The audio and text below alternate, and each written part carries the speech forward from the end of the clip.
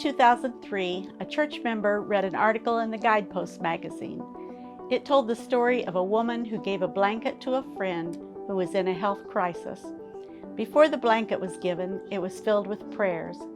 Each time the recipient covered her hurting body with the blanket, she knew that she was literally blanketed in prayer. The member of ZUMC that read the article had a neighbor facing chemotherapy for a fourth time. She came to Sue Forey at the church and asked if there was a group in the church that would help her fill a blanket with prayer for her neighbor. Sue brought the soft lavender afghan to the newly formed prayer team. Prayers were offered as each one present touched the blanket. The blanket was given.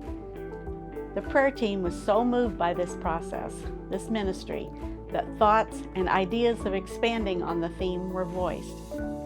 Prayers for direction and leadership were answered when Pat McKnight expressed interest in using her quilting in a ministry at ZUMC.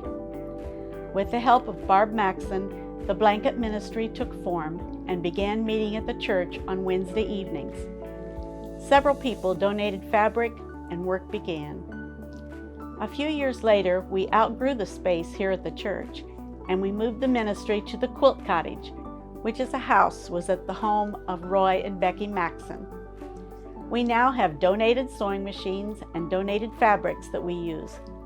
The time has been changed from Wednesday evening to Monday afternoon at 1 o'clock.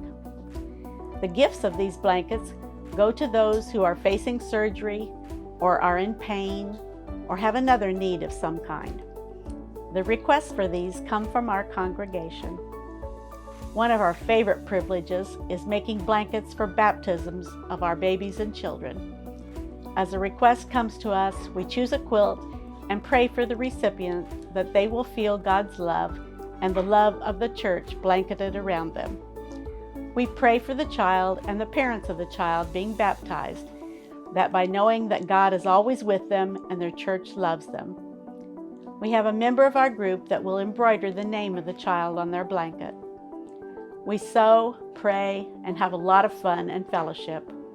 We would love to have any of you join us. You don't have to know how to sew. We can teach you, or there are other activities that can help. If you would like to check us out, contact the church office and they will give us your information to contact you.